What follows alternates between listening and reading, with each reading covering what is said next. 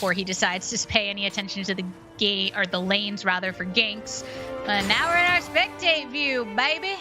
I am so excited to find out if Team Yougelly end up closing it out or if Team Meteos puts us to the first game 3 we've had all day. Yeah, and I love the fact that they just kind of stuck with within their own styles for a while, right? I mean, now this is the one game you can say is the exception of that with how many games they played versus each other. But Voyboy is still playing a split push threat. Like, he doesn't even have flash. The man has gone with Ghost and Barrier on his Jack, so he's gonna just try and chase you down if he can.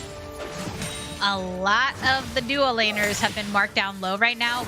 Blizz and Sneaky have both been marked to about 25% HP, but Galio, Yougelly is too low to really be able to do anything unless you have a full combo available, so have to wait for those cooldowns to come. But the TF ultimate right into the back to make sure that you have an impact. The shield of Duran to keep Galio alive for a short time, but eventually the finish off happens. It is 3 dead across the map on the side of Team Meteos, with Team Yougelly only losing their support in that. Yep, that was a Voyboy dying in isolation towards the top lane. So congratulations, honestly, on Alulu to be able to get the kill up there while the bot lane play was happening.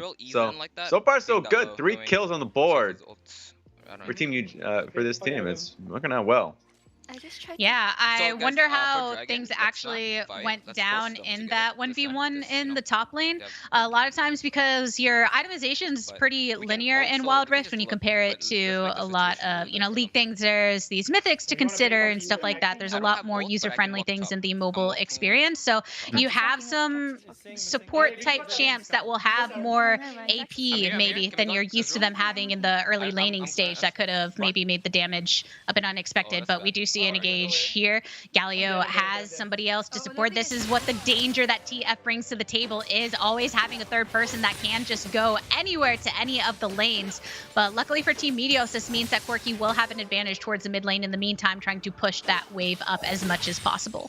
And I mean, Snacker is used to this kind of stuff. Like, throughout his career, just constantly getting a 3-man dive, 4-man dive. Like, the fact that Twisted Fate was making a roam towards him in the bot side was not a surprising thing.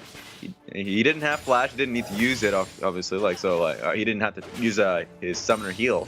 So he's gonna have flash soon. He's still in a really safe position, and that's just one roam timing that Twisted Fate was able to make use of. The dragon has spawned. Now we're at that 4-minute mark. Dragon has spawned, as you heard through the actual game. Yep. That's why Voyboy has made his rotation down here as well. As you mentioned, I mean, TF just being able to have that effect across the entire map, and it makes it very useful when trying to push this mid lane here. You can see Team Meteos has already rotated over towards the Dragon. Yougelly takes way too much damage from the Corki at that time, and Voyboy, then knocked up the Lulu ultimate to try and get things continued off here. The exhaust onto the TF. Follow up with the Ezreal ultimate. The kill credit goes over towards the Braum, but overall, those two, Team Meteos, they're the ones that are coming out on top over towards this objective. Yeah, we didn't get to see the setup there from Team Yougelly and why Yougelly specifically was just picked out. But it snowballed, and it snowballed fast. That's what happens when you have comps like these, that if you end up losing once and you are committed to the fight, it's going to keep going. But let's see, it's an all-in. Oh, yeah, the action continues. Blizz, even with having the shield up, it's just not enough. Yougelly here to the party with the ultimate. Panunu, later rotation, but still really quick when it comes to traversing the map here in Wild Rift to get towards the back of this turret to get a nice heavy punch onto Meteos. And with the dash up damage, Panunu was marked so low and leaves it to the rest of the team to follow up on the fight. Yougelly too tanky once you have that shield popped, so able to create enough of the distance for Team Yougelly. Zoro is no longer here to dish out that damage. So close, man. If any of those projectiles hit down Panunu, that would have been a nice kill for them. But yeah, I mean, Iraqi Zoro ends up falling off of that. Didn't have flash, so had no way to be able to get out of that one. Ooh, Blizz right here going for the very aggressive Glacial Fissure, and Sneaky coming through as quickly as he can to get so low the HP onto Yougelly. It's almost just that extra distance rather that was between Sneaky and Blizz upon that initiation from the Braum ultimate. If there was a little more closeness, would have been able to finish off the kill onto the enemy support, but at least forces the back. So close. At least Yougelly's end up forced to base here, but she's not going to really lose anything when she comes back. Wave's not crashed there. So It's back and forth. Literally gold parity between both teams. Yeah, you're absolutely right. And it can switch so quickly when you have starting here in the bot lane. Again, Sneaky did manage to get the kill onto the enemy Kai'Sa, though, before the trade was effected. 2 down on the side of Team Meteos. A great advantage taken by Team Yougelly with that mid-rotation and having the jungler here, the 1-for-2 trade, but you do lose your ADC. This is going to be a turret going in favor of Team Yougelly. The bigger gold lead than we have seen in recent time, but still not something that is not insurmountable for Team Meteos, as in the mid lane, the damage continues. It's Zoro that finds himself between a rock and a hard place as an ulted Vi with a Lulu ultimate was here to be able to get the lockdown.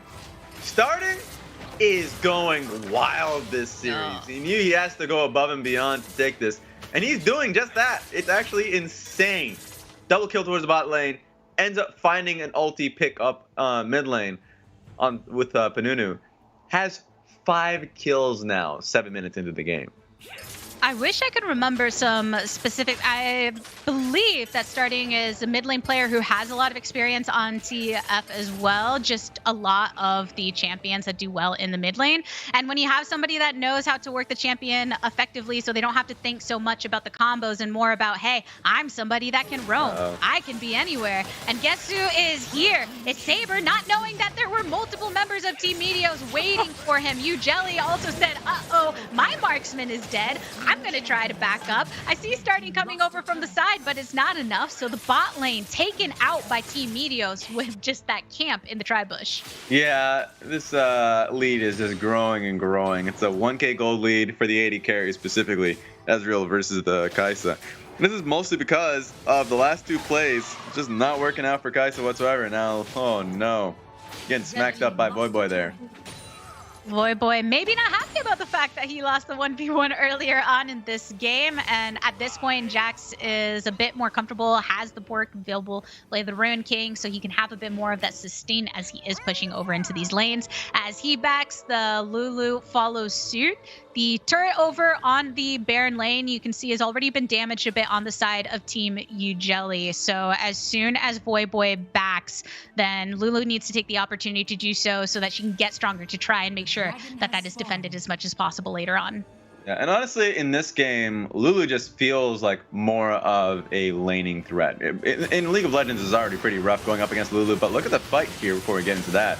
Oh yeah, Boy is already on to the enemy carries. Starting has been taken out of this fight, and Vi right in the middle of the action, eliminated 2 down on the side of Team Yougelly, but Corki is also no longer available. Saber manages to get a decent amount of damage down, but is finally finished off by Sneaky. A double kill for the ADC on the side of Team Meteos. They get the slow onto Aluyu. Flashes on forward, still slowed. Can you get into the base, my friend? Nice sidestep of the first ability of the Braum to safety. But in the end, it's Team Meteos that comes out on top. Yeah, they don't want to overchase like they've been doing throughout the series, because if they overchase, end up dying for it, they just lose the entire event or like go in second place, right? They want that championship, and it's been so far pretty good from Team Meteos. They're right back into this 3k gold lead now, and a lot of it was just based around how they've been playing around Braum. Ezreal, Braum, Corki. I mean, it's just so threatening if you are going front to back versus that. And Saber and Yougelly have been feeling the blunt end of that. Yeah, a few minutes ago is when Team Yougelly had established kind of the first official lead of the game when they were able to pressure onto that Dragon Lane turret. But as soon as we saw that camp come out from Team Meteos, where they were able to get a couple kills from that tri-bush, then force onto the turret, force some more of these fights, suddenly it was an even gold. Now it's a gold lead in their favor. 2 Drakes in their pocket, 2 turrets in their pocket to contest the one that was taken by Team Yougelly. And you already have to be looking towards some of these other objectives with Baron being up past the 10-minute mark. And that's why the fighting is happening around this area as well. The knock-up onto the Braum goes and throws down the Glacial Fissure to get a follow-up from Sneaky. So there's already 3 taken down on Team Yougelly, and a Lulu on her own. Not enough damage to take anyone down with her. Staring, can he get somebody? But nope. Starting's just going to have to survive all on his own. He knows that this team fight was lost, and the most that he could try to do is take somebody down in the process. A nice stun onto Sneaky, but not enough damage just by a sliver. Yeah, it doesn't take him down. Look how close it was. Another close one. starting is trying his hardest to get himself or his team back into the game, but it's too difficult. If you actually just look at the comp up and down, I think Team Meteos just outscales in both regards. Both on side lane, Jax feels untouchable. And then, just through team fighting, they can play around Braum, Corki, Ezreal. I think it scales really well versus what Team Yougelly have to offer. So they just have to find picks. Anything they can get around Twisted Fate, Galio. If they can just find one person who's in no man's land, Meteos or Iraqi Zoro, then they can find their way back into this. You're absolutely right, and that's what we see more of the grouping from Team Meteos. And there you go. No! You start to get one kill onto the Galio. Starting is now isolated in the center of Team Meteos, so they do manage to get a couple of those hits. All right, seeing the perspective here of Void Boy. We could try. Just gauge it. Just gauge it. I think we can. Seeing if they can end it, drop this. Yeah, we can. Nice. Just focus Nexus. Use that turrets button. The mastermind, baby. Use that turrets button, exactly. Oh, wow, they do it! Wow, when they don't have They do it. so Finish it off, and they send us to a final. Inevitable. Like, we're going to a game 3. We're going to game 3. It's taken us what? We started around 3. It's taken us 4.5 hours to see a game 3 today.